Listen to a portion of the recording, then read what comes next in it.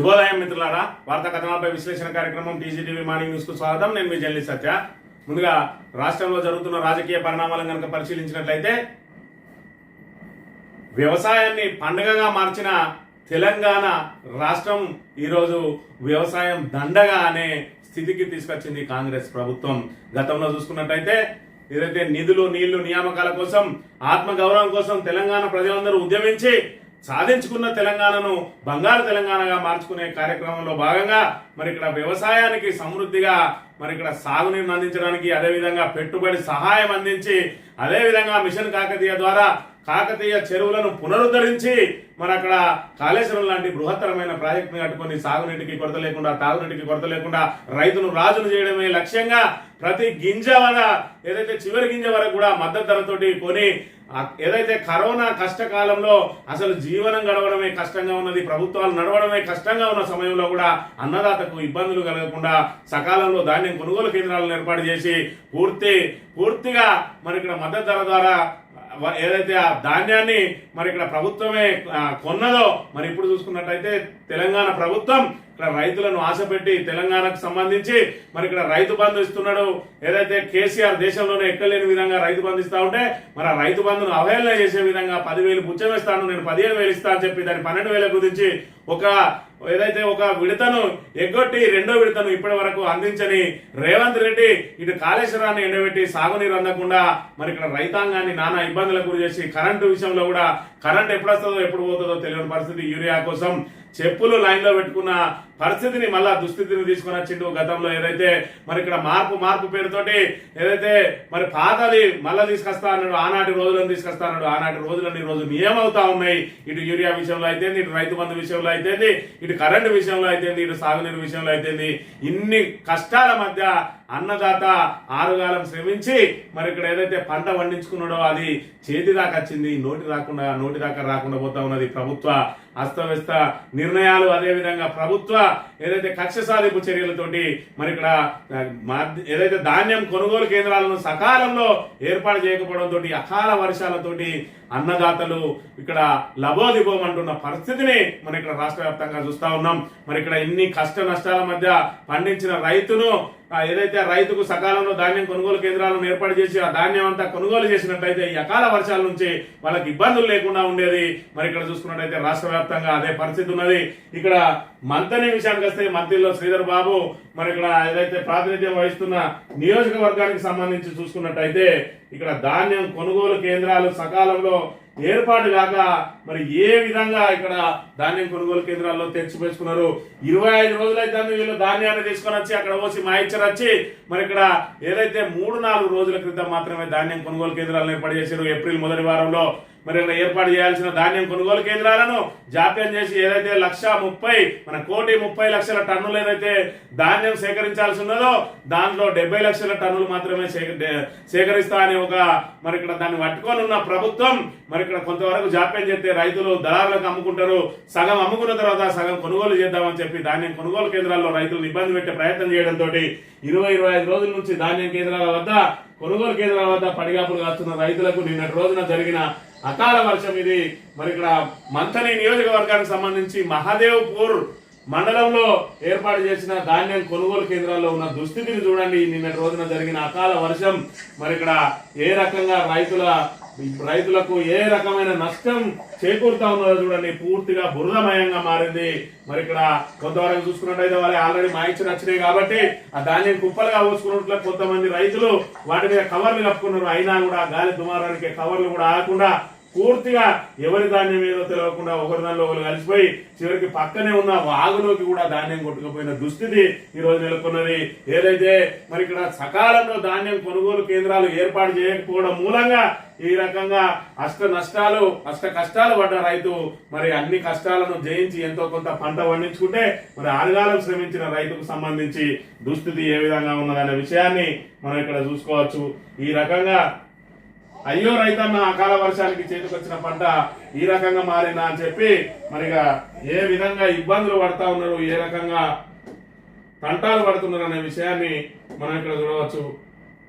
నిన్నటి రోజున ఇక్కడ బీఆర్ఎస్ నాయకులు మరి అక్కడికి వెళ్ళి దీనికి సంబంధించిన ఆ పంట నష్టాన్ని కూడా ఏదైతే వాళ్ళకి సంబంధించిన ధాన్యం కొనుగోలు కేంద్రాల్లో వచ్చిన ఆ తడిసిన ధాన్యానికి సంబంధించి వాళ్ళందరూ కూడా అక్కడ పరిశీలించి మరి ఇక్కడ ప్రభుత్వం ఏదైతే రైతు వ్యతిరేక కార్యక్రమాలకు పాల్పడతా ఉన్నదో 20-25 రోజుల నుంచి ధాన్యంలో అక్కడ పోసుకున్న వాళ్ళకు మాయిచ్చర్ వచ్చిన తర్వాత కూడా ధాన్యం కొనుగోలు కేంద్రాలు తెరవక మిల్లులు అలాట్మెంట్లు చేయక ఈ రకంగా రైతులను నట్టేయడం ఉంచిందని చెప్పి వాళ్ళు ఖచ్చితంగా ఈ తడిసిన ధాన్యాన్ని వెంటనే కొనుగోలు చేయాలని చెప్పి కూడా డిమాండ్ చేస్తే నిన్నటి రోజున కంటి తుడుపు చర్యగా అక్కడ శ్రీధర్ బాబు ఆదేశాల మేరకు అడిషనల్ కలెక్టర్ వచ్చిండు. మరి ఎవరెవరి పంటలు నష్టపోయినాయి అని చెప్పి వాటిని రాసుకున్నట్టు వీళ్ళేదో నష్టపరిహారం కట్టించినట్టు 56 రైతుల నష్టం జరిగిందని చెప్పి అక్కడ ఉన్న కాంగ్రెస్ నాయకులు చెప్పుడు ఈయన పేపర్ల మీద రాసుకొని మీరు అందరూ మిల్లుకు తీసుకురాలి, మరి ఆ మిల్లులో నేను మీ అందరి ధాన్యాన్ని కొనిపిస్తా అని చెప్తే వాళ్ళు ఉట్టిన 6-7 ట్రాక్టర్లు అందుబాటులో ఉన్న వాళ్ళు పట్టుకొని ఆ అంకుశాపూర్ దగ్గర ఉన్న మిల్లుకు పోతే ఇప్పటి వరకు ఆ ధాన్యాన్ని కొనుగోలు చేయలేదు. మళ్ళీ మీరు రేపు రాబోనని చెప్పి ఎలగొట్టినట్టు ఆ ట్రాక్టర్లు అక్కడనే పెట్టుకున్నారు. అంటే వీళ్ళకి తడిసిన ధాన్యం బొక్కగాక మళ్ళీ ఈ ట్రాక్టర్లను 2-3 రోజులు అక్కడ పెట్టుకుంటే ఆ కిరాయి కూడా మరి ఇక్కడ రైతులు కట్టుకోవాల్సిన దుస్థితి. ఈ రకంగా రైతులను నరక యాతనకు గురి చేస్తా ఉన్నది రేవంత్ రెడ్డి ప్రభుత్వం. అదే విధంగా శ్రీధర్ బాబు సొంత నియోజకవర్గం మరి గతంలో చూసుకున్నట్టయితే ఈయన ఏదైతే సొంత మండలానికి సంబంధించిన రైతులు ఇక్కడ ఏ విధంగా ధర్నాలు దిగిందో మా దగ్గర కూడా కొనుగోలు కేంద్రాలు అది కూడా ఏదైతే కటింగ్ లేకుండా చేయాలన్నాడు మన శ్రీధర్ బాబు గతంలో చెప్పిండు. మేము వచ్చిన తర్వాత రూపాయి ఏదైతే గింజ కూడా కటింగ్ చేయమని ఆయన సొంత మండలం వల్లే మొన్నటి రోజున రోడ్ ఎక్కిర్రు.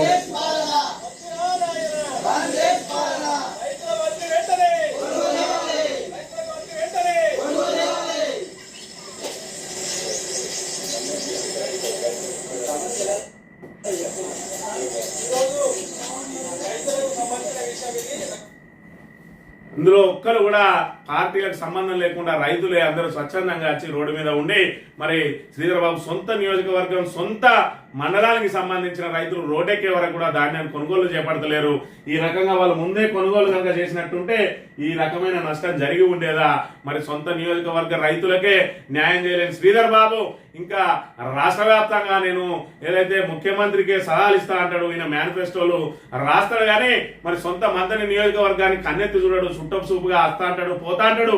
ఇక్కడ స్థానికంగా రైతులు పడే ఇబ్బందులు మరి మొన్న కాళేశ్వరం పుష్కరాల కోసం అని వచ్చిందట. మరి రైతులు పడుతున్న బాధలు ఆయన కనబడలేదా అనే విషయాన్ని అయితే మనం ఇక్కడ గమనించాలి. అందుకే స్థానికంగా అందుబాటులో ఉండని నాయకుడిని కనుక ఎన్నుకుంటే ప్రజలు ఏ విధంగా ఇబ్బందులు పడతారనే దానికి ఇది ప్రత్యక్ష సాక్షిగా ఉన్నది. పోనీ తడిసింది మరి ఇక్కడ ఏదో ప్రకృతి ప్రకోపించిందో మరి కోపానికి వచ్చిందో మొత్తానికైతే తడిసింది. ఈ తడిసిన ధాన్యం ముద్దైన ధాన్యాన్నైనా మరి సకాలంలో తొందరగా వీళ్ళని ఏదైతే కొనిపించి మరి వాళ్ళ దగ్గర నుంచి సేకరించి రైతులకు ఊరట కల్పిద్దామనే ఆలోచన కూడా లేకుండా మరి ఏదో అడిషనల్ కలెక్టర్ చెప్పడం, ఆయన రావడం, 5-6 ట్రాక్టర్లు అక్కడ పంపించడం, మీరు రేపు రాబోన్న నిలబెట్టడం, మళ్ళీ రైతులు మిల్లుల దగ్గర పడిగాపులుగా కాల్చే పరిస్థితిని తీసుకొని వచ్చింది మరి ఇక్కడ శ్రీధర్ బాబు అనే విషయాన్ని ఇక్కడ మనం గమనించాలి. వార్తా కథనాలను కనుక పరిశీలించినట్లయితే తరగల ధాన్యం తడిపిన వర్షం, నిలిచిన కొనుగోలు, ముంచిన వాన, ధాన్యం కొనుగోలులో సర్కారు నిర్లక్ష్య కారణంగా ఇప్పటికే రైతులు అరిగోసపడుతుంటే మూలిగే నక్కపై తాడిపండు పడ్డ చందంగా చెడగొట్టు వానలు వారిని నిండా ముంచుతున్నాయి. అకాల వర్షాలతో అన్నదాతలు ఆగమవుతున్న కాంగ్రెస్ సర్కార్ పట్టింపు లేని తనంతో ఆరుగాల పంట నీటిపాలై కళ్ళాల్లో కర్షకుల కన్నీళ్లు పారుతున్నాయి. గురువారం రాత్రి శుక్రవారం కురిసిన అకాల వర్షం రైతాంగానికి తీవ్రంగా నష్టం మిగిల్చింది. ఉమ్మడి వరంగల్, ఖమ్మంతో పాటు మరి ఉమ్మడి కరీంనగర్ అదేవిధంగా పలు జిల్లాల్లోని కొనుగోలు కేంద్రాల్లో ధాన్యం తడిసి ముద్దయింది. మార్కెట్కు తెచ్చిన మిర్చి బస్తాలు తడిసిపోగా మక్కలు కొనుక్కపోయినాయి. కోతకొచ్చిన వారి ఏదైతే పైరు నేలవాలింది. రాలిన మామిడికాయలను, ధ్వంసమైన బొప్పాయి తోటలను, తడిసిన మిర్చి బస్తాలను కొనుగోలు కేంద్రాల్లో వరద కొట్టుకుపోయిన వడ్లను చూసి రైతులు కన్నీరు మున్నీరు అవుతున్న పరిస్థితిని ఇక్కడ చూడాలి. కల్లాల నిండా కర్షకుల కన్నీళ్లే. మరి ఇక్కడ ఏదైతే శుక్రవారం రాత్రి కురిసిన వర్షానికి వనపర్తి జిల్లా మార్కెట్ యార్డ్లో తడిసిన వడ్లు అట. ఈ రకంగా రైతులు ఎన్ని ఇబ్బందులు పడతా ఉన్నారు, ఏ రకంగా మరి వాళ్లకు ఏదైతే వాళ్ళు రోడ్లెక్కి అరుస్తా ఉన్నారు. తొందరగా ధాన్యం కొనుగోలు చేయండి, అకాల వర్షాలతోటి తీవ్రంగా ఇబ్బందులు ఏర్పడే అవకాశం ఉన్నదని చెప్పి ఇక్కడ చెప్తున్నప్పటికీ కూడా మరి ఈ రాజన్న సిరిసిల్ల కొరరావుపేటలో ధర్నా చేస్తా ఉన్నారు రైతులు. ఇక్కడ సూర్యాపేట జిల్లా రాజునాయక్ తండ వద్ద మరి ఇక్కడ రోడ్డెక్కిన రైతన్నలు. ఇక్కడ చూసుకున్నట్టే ములుగు జిల్లా వెంకటాపూర్ మండలం పాపాయపల్లె దగ్గర ధర్నా చేస్తా ఉన్నారు. ఇక్కడ చూస్తే మహబూబాద్ జిల్లా నరసింగనపేటలో కొనుగోలు కేంద్రం వద్ద సిబ్బందిని నిలదీస్తా ఉన్నారట. ఇక్కడ సూర్యాపేట మండలం రాజునాయక్ తండ మీద రోడ్డెక్కిండ్రు. మరి ఎక్కడ చూసినా కూడా రైతులు ఇక్కడ ధాన్యం కొనుగోలు కేంద్రాల్లో కనీసం మరి వాటిని కాపాడే దిక్కులేక ఇగో బర్రెలు వడ్లు మేస్తున్న దుస్థితి. కంటికి రెప్పలా కాపాడుకోవడానికి రైతన్న వడ్ల పక్కనే నిద్రిస్తా ఉన్నాడు. ఎన్ని రోజులు ఈ రైతులను గోసవెచ్చుకుంటది కాంగ్రెస్ ప్రభుత్వం అనే విషయాన్ని ఇక్కడ తెలంగాణ ప్రజానీకం అంతా గుర్తించాలి, మరి గమనించాలి. ఈ రకంగా తడిసిన వడ్లతోటి మరి ఇక్కడ ఆరుగాలం శ్రమించిన రైతన్నకు అండగా నిలవాల్సిన ప్రభుత్వం గాని ప్రజాప్రతినిధులు గాని ముఖం చాటేసి ఏదో అధికారులను పంపించి కంటి తుడుపు చర్యగా మరి ఇక్కడ వాళ్ళను ఓదార్చే ప్రయత్నం చేస్తా ఉన్నారు. వాళ్ళకు మరి గతంలో ప్రతిపక్షంలో ఉన్న రోజున శ్రీధర్ బాబు అనేక ప్రగల్భాలు వాళ్ళకి అనేక మరి ఇక్కడ ప్రభుత్వాన్ని నిలదీస్తూ మరి ఇక్కడ కలిసిన ధాన్యానికి మీదే బాధ్యత అన్నాడు. ఇప్పుడు నీది బాధ్యత కాదా శ్రీధర్ బాబు? మరి ఇక్కడ వాళ్ళని కనీసం పరామర్శించే అది లేదా? మనం వచ్చి అక్కడ ఏదైతే పరిస్థితులను సమీక్షించి త్వరగా కొనుగోలు చేపట్టాల్సిన అవసరం లేదా? మరి 25 రోజుల నుంచి ధాన్యం కొనుగోలు కేంద్రాలు ఏర్పాటు చేయకుండా నీ సొంత నియోజకవర్గంలో రైతులను ఎందుకు ఈ దుస్థితి తీసుకొచ్చినావు అనే విషయాన్ని నువ్వు తెలంగాణ ప్రజానీకాన్ని కాకుండా నిన్ను ఎన్నుకున్న మంత్రి ప్రజలకైనా సమాధానం చెప్పాలి. నీ సొంత మండల రైతులే రోడ్డెక్కిండ్రు అని అంటే తమరి పరిపాలన ఎంత మరి ఇక్కడ కన్నుల పండుగగా ఉన్నదో ఇక్కడ మంత్రి ప్రజానీకులు అందరూ కూడా గమనిస్తా ఉన్నారు. పేదలకే ఇలా పెద్దోళ్ళకే ఇలా పేదలకు ఇవ్వరా? ఉన్నోళ్ళకే ఇందిరమ్మ ఇల్లు ఇస్తారా? నిలదీస్తున్న ప్రజలు గ్రామాల్లో నిరసనలు నిత్యం ఎదురుతా ఉన్న ఆందోళనలు అధికారుల నిలదీత జీపీల ఎదుట ధర్నా.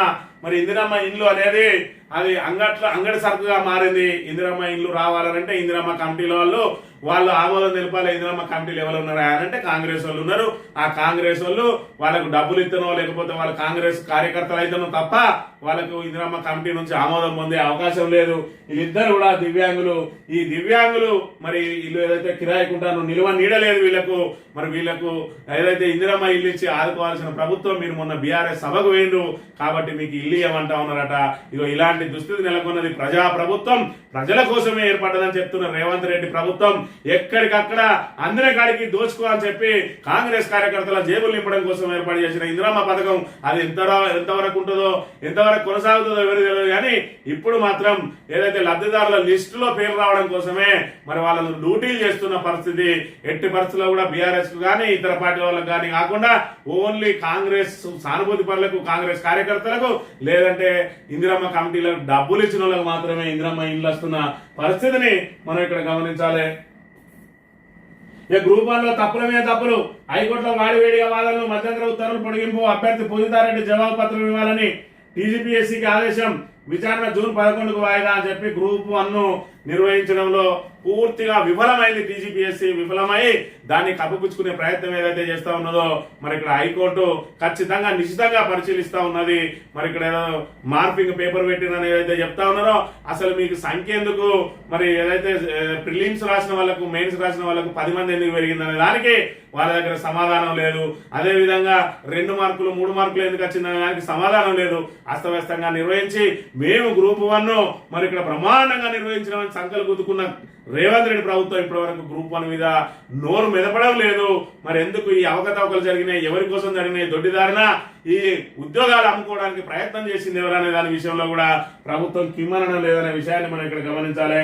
ఇక భద్రత లేని భాగ్యనగరి కుటుంబంతో కలిసి స్వేచ్ఛగా బయటకు వెళ్లలేని పరిస్థితులు, భద్రతను గాలికి వదిలిన సర్కారు పూటకొచ్చోట అఘాయిత్యాలు, కుటుంబంతో ఉన్న యువతిని వెంబడించి వేధించిన ఆకతాయిలు, నన్నే నీ భర్తకు ఫోన్ నెంబర్ ఇవ్వంటూ భర్త ఎదితే భార్యకు వేధింపులు, బీర్బాడీలు పట్టుకొని ఆటకాయింపు, బేగంపేట నుంచి రహమద్ నగర్ వరకు వెంటబడి భర్తపై దాడి, 3 అరెస్టు, మధురనగర్ ఠాణాలో కేసు నమోదట.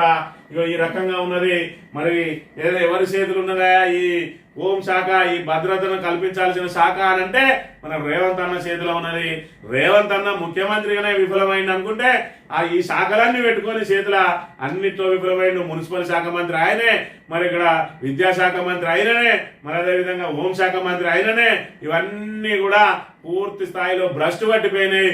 ఏదైతే హైదరాబాద్ నగరాన్ని ఒకవైపు హైడ్రా తోటి పూర్తి స్థాయిలో మరి ఇక్కడ రియల్ ఎస్టేట్ రంగంలో కుప్పకూలింది. అక్కడ హైదరాబాద్ లో ఇల్లున్న వాళ్ళకు భరోసా ఉండేది. ఇప్పుడు హైదరాబాద్ లో ఇల్లున్న వాళ్ళు గుండెపోటుకు గురైతా ఉన్నారు. ఎక్కడ హైడ్రా వస్తుందో, ఎక్కడ కూల్చేస్తుందో, 50 ఏళ్ల కింద నాలా ఉన్నదంటారో, 75 ఏళ్ల కింద ప్రభుత్వ భూమి అంటారో, ఏ రాత్రి వచ్చి కూలగొడతారో అని చెప్పి ఇల్లున్న వాళ్ళు మదన పడతా ఉంటే ఇల్లు కొలాలనుకున్న వాళ్ళు అద్దురు నాయన ఈ హైదరాబాద్ అని చెప్పి మరి ఇక్కడ ఆ కొనుగోలు జరగడం లేదు, అమ్మకాలు జరగడం లేదు. ఏదైనా బిడ్డ పెళ్లికో కొడుకు పెళ్లికో అవసరం పడుతుంది అని చెప్పి హైదరాబాద్ లో అపార్ట్మెంటో లేకపోతే స్థలమో కొన్న వాళ్లకు ఇప్పుడు దాన్ని అమ్ముకుందామంటే వచ్చే నాదులే లేడు. ఇక్కడ చూసుకున్నట్టయితే అక్కడ నేరాల సంఖ్య విపరీతంగా పెరుగుతా ఉన్నది. హైదరాబాద్ తెలంగాణలోనే మరి ఏదైతే దేశంలోనే నెంబర్ 1 గా ఉన్నటువంటి తెలంగాణ మరి హైదరాబాద్ లో సీసీ కెమెరాల 3వ కన్ను, అడుగడుగునా 3వ కన్ను మరి ఉన్నది. సీసీ కెమెరాల పర్యవేక్షణలో ఉండే హైదరాబాద్ లో ఇంకా ఆడవాళ్ళకు భద్రత లేదు. భర్త వెంబడి ఉండగానే భార్యకు వేధింపులు జరిగినాయి అని అంటే ఇంకా ఒంటరి ఆడవాళ్ళు మరి ఇక్కడ తిరిగే అవకాశం ఉన్నదా? మహాత్మా గాంధీ ఏం చెప్పిండు? అర్ధరాత్రి ఆడది ఒంటరిగా తిరిగినప్పుడే స్వతంత్రం వచ్చినట్టని. హైదరాబాద్ లో మాత్రం మిట్ట మధ్యాహ్నం కూడా ఒంటరిగా తిరిగే అవకాశాలు లేవు. మరి ఇదంతా మన రేవంత్ అన్న పుణ్యమే. ఆయన చేతిలో పెట్టుకున్న హోంశాఖను భ్రష్టు పట్టించిండు. కేవలం పోలీసులు అంటే బీఆర్ఎస్ నాయకుల మీద కేసులు పెట్టడానికే ఆ పోలీస్ శాఖ ఉన్నది. మరి ఇలాంటి శాంతి భద్రతలను పరిరక్షించే పని మాది అని వాళ్ళు ఎప్పుడో మర్చిపోయారు పోలీసు వాళ్ళు అంటే కాంగ్రెస్ లకు గులాములు అనే మరి ఇక్కడ పేరు వచ్చింది. వాళ్ళు గులాములు అనే అనుకుంటా ఉన్నారు. జీవు జోరా అని చెప్పి కాంగ్రెస్ ఎమ్మెల్యేల చుట్టూ, కాంగ్రెస్ నాయకుల చుట్టూ, ఆఖరికి వార్డు మెంబర్ గాని చుట్టూ కూడా తిరుగుతా ఉన్న పరిస్థితి పోలీసు వాళ్ళ పరిస్థితి చూసుకున్నట్టయితే.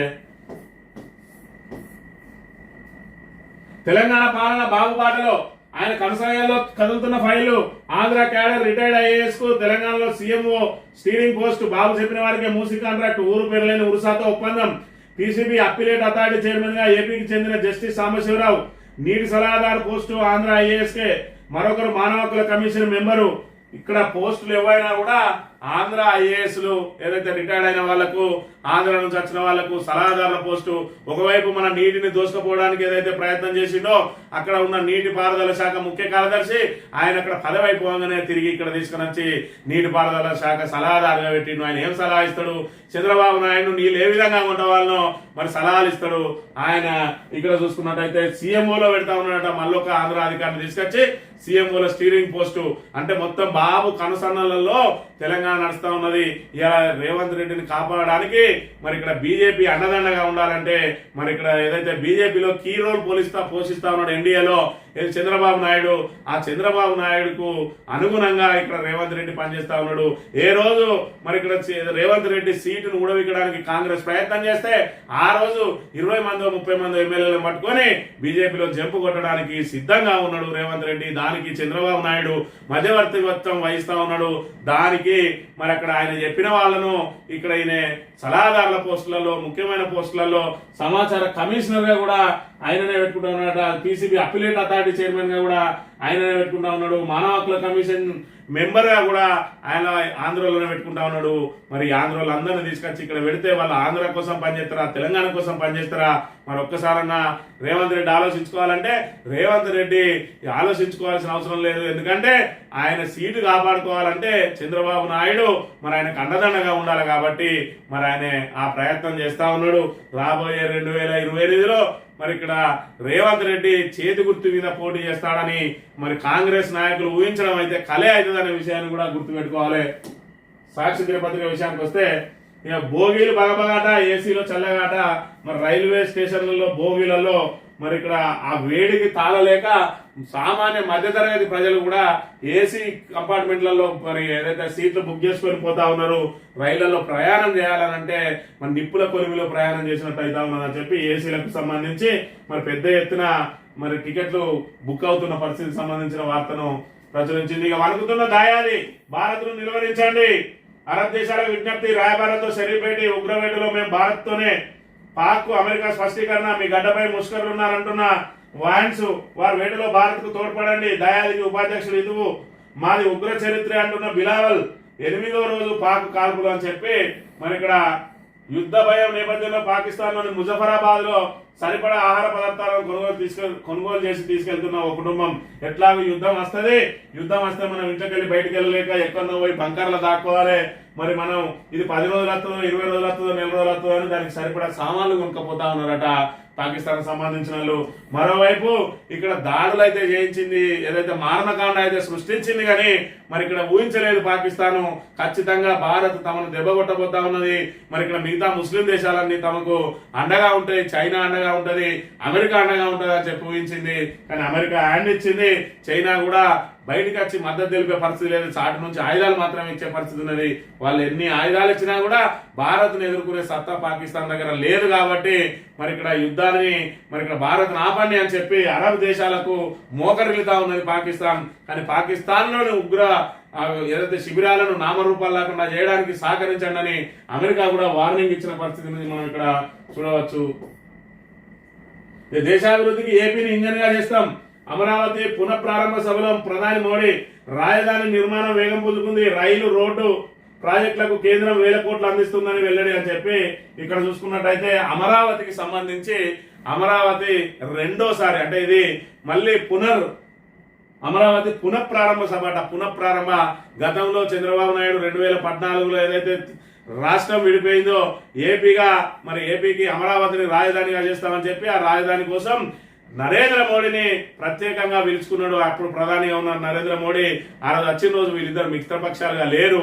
మరి దాంతో ఆయన ఏం చేసిండు ఆయన అంటే మరి ఇక్కడ ఓదన్లో మట్టి తీసుకుని వచ్చి ఆ మట్టిని చంద్రబాబు నాయుడు చేతిలో పెట్టిపోయిండు. మరి ఇవాళ చూసుకున్నట్టయితే 10 ఏళ్ల తర్వాత ఏం జరిగిందనంటే మరి ఇక్కడ బీజేపీకి పూర్తి స్థాయిలో అధికారం రాలేదు, దాంతో పూర్తి స్థాయిలో సరిపడా సీట్లు రాలేదు. చంద్రబాబు నాయుడు తోటి సీట్లు ఆయన అవసరం పడ్డాయి. అంటే ఎలక్షన్లకు ముందే పొత్తు పెట్టుకున్నారు. అయినప్పటికీ కూడా బీజేపీ కనుక పూర్తి స్థాయిలో మరి ఇక్కడ మెజార్టీ వచ్చినట్టయితే ఖచ్చితంగా మరి బీజేపీ ఇక్కడ ఏదైతే దక్షిణాదిని మరి నిర్లక్ష్యం వహిస్తా ఉన్నదో ఏపీని కూడా అట్నే చూసేది. ఇప్పుడు వాళ్ళ సీట్లు కీలకమైనవి కాబట్టి 9,000 కోట్ల రూపాయలు రాజధానికి అప్పనంగా ఇస్తున్నది. తెలంగాణ చూసుకున్నట్టయితే పైసా విధించలేదు, 2 బడ్జెట్లలో 0 పెట్టింది. మరి ఈయనతోటి సీట్లు అవసరం కాబట్టి ఇవాళ 9,000 కోట్లు ఇచ్చింది. ఇంకా కావాలంటే కూడా సహకరిస్తాం.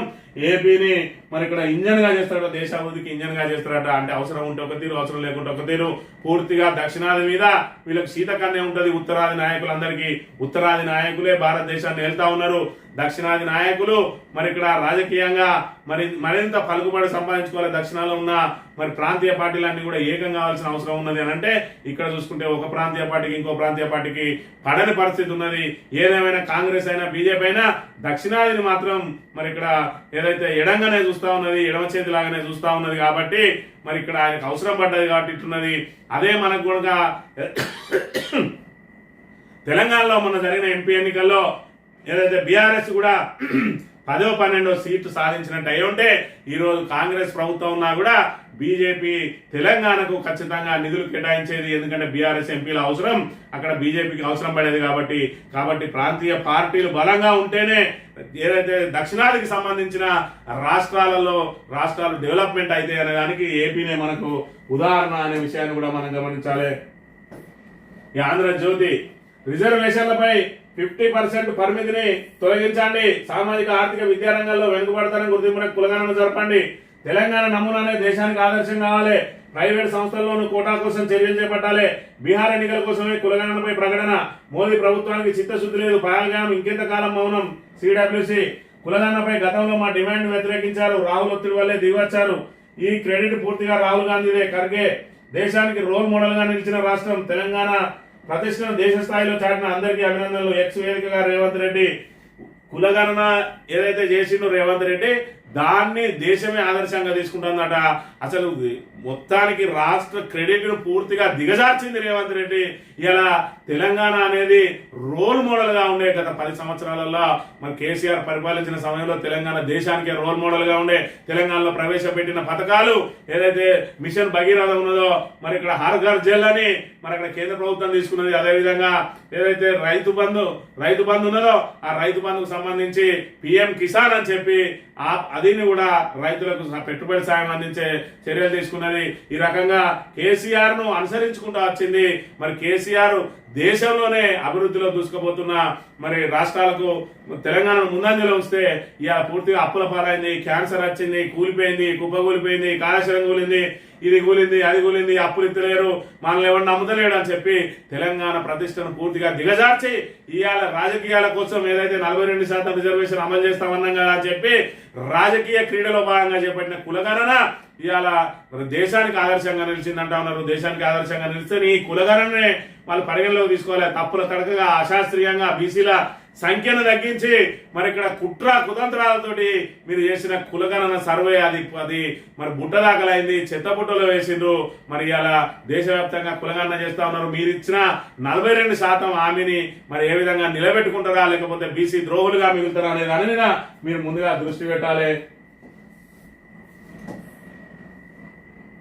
10 రోజులు 10 లక్షల సైబర్ దాడులు పాల్గొన ఘటన తర్వాత రెచ్చిపోయిన పాక్ హ్యాకర్లట. మరి ఇక్కడ ఏదైతే సైబర్ యుద్ధానికి పాల్పడతా ఉన్నది పాకిస్తాను, మనతోటి నేరుగా యుద్ధంలో గెలవలేక దొడ్డిదారిన వస్తా ఉన్నది. కానీ దానికి ధీటుగా కూడా మరి ఇక్కడ అక్షరం ముక్కరాని ఆ పాకిస్తాన్ వాళ్ళే అంత చేస్తే ఇవాళ ప్రపంచ మేధావులు ఉన్నటువంటి మరి ఇక్కడ ఏదైతే భారతదేశం మేధావులు మరి అలాంటి హ్యాకర్లను తిప్పికొడతారు. మన వెబ్సైట్ల మీద ఎన్ని దాడులు చేసినా మరి దాన్ని నిలువరించుకునేంత రక్షణ వ్యవస్థ మన ఇంజనీర్ల దగ్గర ఉన్నదనే విషయాన్ని మనం ఇక్కడ గమనించాలి. ఇక వడదెబ్బ మృతులకు 4 లక్షల పరిహారం. రాష్ట్రంలో వడగాలుల ప్రభావిత మండలాలు 588 రద్దీ ప్రాంతాల్లో చలివేంద్రాల ఏర్పాటు, తాగునీరు మంచిగా అందించాలి, సిఎస్ఆర్ నిధులు వినియోగించుకోవాలట. మరి దీనికి సంబంధించి వడగాళ్లపై కార్యాచరణ విడుదల చేస్తున్న మంత్రి పొంగులేటి అధికారులని మరి ఇక్కడ వడదెబ్బ మృతులకు 4 లక్షల రూపాయల ఆర్థిక సాయం చేస్తామని మరి దానికి సంబంధించిన కార్యాచరణను ప్రకటించిండు. భూభారత్ తో సమస్యలు తీరేనా, విధి విధానాలపై వివరంగా చెప్పేవారేరి. అవగాహన సదస్సులో భూ సమస్యలపై అనేక సందేహాలు వెలుగుచ్చిన రైతులు, నివృత్తి చేయలేకపోతున్న తహసీల్దారులు, ఆ సందేహాలకు భూ నిపుణుడు సునీల్ సమాధానాలు. ఆంధ్రజ్యోతితో సంభాషణ అని చెప్పి భూభారతి ఏం మారిందా అని అంటే ధరణిలో మరి ధరణిని పేరు మార్చింది కేసీఆర్ ఎప్పుడో చెప్పిండు. మరి ఇక్కడ వాళ్ళు పేరు మాత్రమే మారుతారు, కలర్ మాత్రమే మారుతారు, సమాచారం అంతా అదే ఉంటది. మరి వీళ్ళకు ఇన్ని రోజుల పాటు దాని మీద మరి ఇప్పటి వరకు భూభారతి పెడుతున్నామని దాని మీద అవగాహనలు, దాని మీద అన్ని రకాల కసరత్తులు చేసిండ్రు. ఇప్పటికి కూడా దాని మీద పూర్తిగా అవగాహన రాలేదని ఆంధ్రజ్యోతి పత్రిక రాసింది. అని అంటే భూభారతి అనేది కేవలం అసైన్ ల్యాండ్లను పట్టా ల్యాండ్లుగా మార్చుకోవడం కోసం అందులో వెసులుబాటు తెచ్చుకునే కార్యక్రమే తప్ప ధరని అనుసరిస్తా ఉన్నారు. అదేవిధంగా ప్రైవేట్ వాళ్ళ చేతిలో ఏ విధంగా భూ రికార్డులు పెడుతున్నారు, ఇలా భూభారతిని కూడా ప్రైవేట్ కి అయ్యబోతా ఉన్నారు. మరి ఇక్కడ కాంగ్రెస్ పూర్తి స్థాయిలో మరి ఇక్కడ అన్ని రంగాల్లో విఫలమైంది. మరి భూభారతిని బాగా గొప్పగా చూపించింది, ఆఖరికి ఇందులో కూడా విఫలమైంది అని చెప్పి ఆంధ్రజ్యోతి చెప్తా ఉన్నది. ఈ ఈనాడు దినపత్రిక విషయానికి వస్తే ఆస్తుల జప్తు దిశగా అడుగులట. గొర్రెల పంపిణీ కుంభకోణంలో కీలక పరిణామం, ప్రధాన నిందితులు మొయ్యుద్దీన్ చుట్టూ ఏసీబీ ఉచ్చు అని చెప్పి మరి ఇక్కడ ఆస్తుల జప్తు చేస్తారు అని చెప్పి దీనికి సంబంధించిన వార్త ప్రచురించింది. ఇక పేదల ఇంట రేషన్ పండుగ మే నెలలో కొత్తగా 11,05,000 మంది లబ్ధిదారులకు, పాత రికార్డులో అదనంగా 10,12,199 మంది పేర్ల నమోదు, 2,93,00,000 మందికి చేరిన మొత్తం కార్డుదారుల సంఖ్య. రేషన్ కార్డుల జాతర జరగబోతా ఉన్నది అని చెప్పి మరి ఇక్కడ ఊరిస్తా ఉన్నది. ఈ సన్న బియ్యానికి సంబంధించి చూసుకున్నట్టయితే మరి మొన్న బోనస్ ఇచ్చిండ్రు, ఆ బోనస్ ఇస్తానని చెప్పి అందరు కూడా సన్న బియ్యాన్ని వేసిండ్రు. మరి ఇలా చూసుకుంటే ఆ బోనస్ మీద ఎలాంటి ప్రకటన లేదు. ఇప్పటి వరకు అయితే బోనస్ ఇస్తారా ఇరా అనేది ఇంకా నమ్మకం లేదు. ఈ విడత కనుక బోనస్ ఇవ్వకపోతే వచ్చేసరికి సన్నవడ్లు పండించే అవకాశం ఉండదు. దాంతో సన్నవడ్ల కొరత ఏర్పడ్డాక మళ్ళీ సన్నవడ్లను మరి ఏ విధంగా మరి పంపిణీ చేస్తారో, మళ్ళా యథావిధిగా దొడ్డుబట్టనే పంపిణీ చేస్తారో, మొత్తానికైతే రేవంత్ రెడ్డి ప్రారంభించిన ఏ పథకమైనా కొసెలుతుందనే నమ్మకం అయితే లేదు. కాబట్టి సన్న బియ్యం పథకం కూడా మరి సాప చుట్టేస్తారా లేదంటే పూర్తి స్థాయిలో కొనసాగిస్తారా వేసి చూడాలి. ఎందుకంటే రుణమాఫీ చూసినాం, 40,000 కోట్లు ఒక సంవత్సరం కడుపు కట్టుకుంటే ఎడవ చేత కొట్టేస్తా అన్నాడు, కానీ సగం కడుపే కట్టుకున్నాడు, 20,000 కొట్టేసిండు. ఇంక 20,000 మరి ఆయన జేబులు వేసుకున్నట్టే లెక్క. ఆయనే చెప్పిండు కడుపు కట్టుకుంటే 40,000 అన్నాడు, 20,000 కట్టిండంటే ఇంక 20,000 ఆయన అవసరాలకు వాడుకున్నాడు అన్నట్టే. మళ్ళీ దాని తర్వాత చూసుకున్నట్టయితే రైతు భరోసా అన్నాడు, 15,000 అన్నాడు, 12,000 చేసిండు, 6,000 కొట్టిండు, మిగతా 6,000 ఇవ్వడానికి అపసోపాలు పడతా ఉన్నాడు. ఈ బోనస్ కూడా ఒక్క విడతలో కొంతమందికి వేసిండు. ఇప్పటికీ బోనస్ రాని వాళ్ళు అనేక మంది ఉన్నారు. ఈ రకంగా ప్రతి పథకాన్ని నడిమధ్యలను వదిలేసి మరి ఇక్కడ ఏదైతే ఉచిత బస్సు పథకం నుంచి కూడా ఎట్లా బయటపడాలనే ప్రయత్నం చేస్తా ఉన్నాడు. రేపు ఆర్టీసీ వాళ్ళు కనుక సమ్మె చేసినట్టయితే ఈ ఉచిత బస్సును ఏ విధంగా ఎత్తేయాలి, దీని ద్వారా నేను నష్టాలు వస్తానని చెప్పి మళ్ళీ ఏదో బేల మాటలు మాట్లాడి ఆ ఉచిత బస్సు పథకాన్ని కూడా మంగళం వాడే ప్రయత్నమే చేస్తారు తప్ప ఈ కాంగ్రెస్ పార్టీ ఇచ్చిన 6 గ్యారంటీలను కానీ 420 హామీలను కానీ అమలు చేయదు అనే విషయాన్ని గమనించాలని కోరుతూ ఇది ఈ రోజు మార్నింగ్ న్యూస్. తిరిగి రేపు వెళ్తాం. Thank you very much.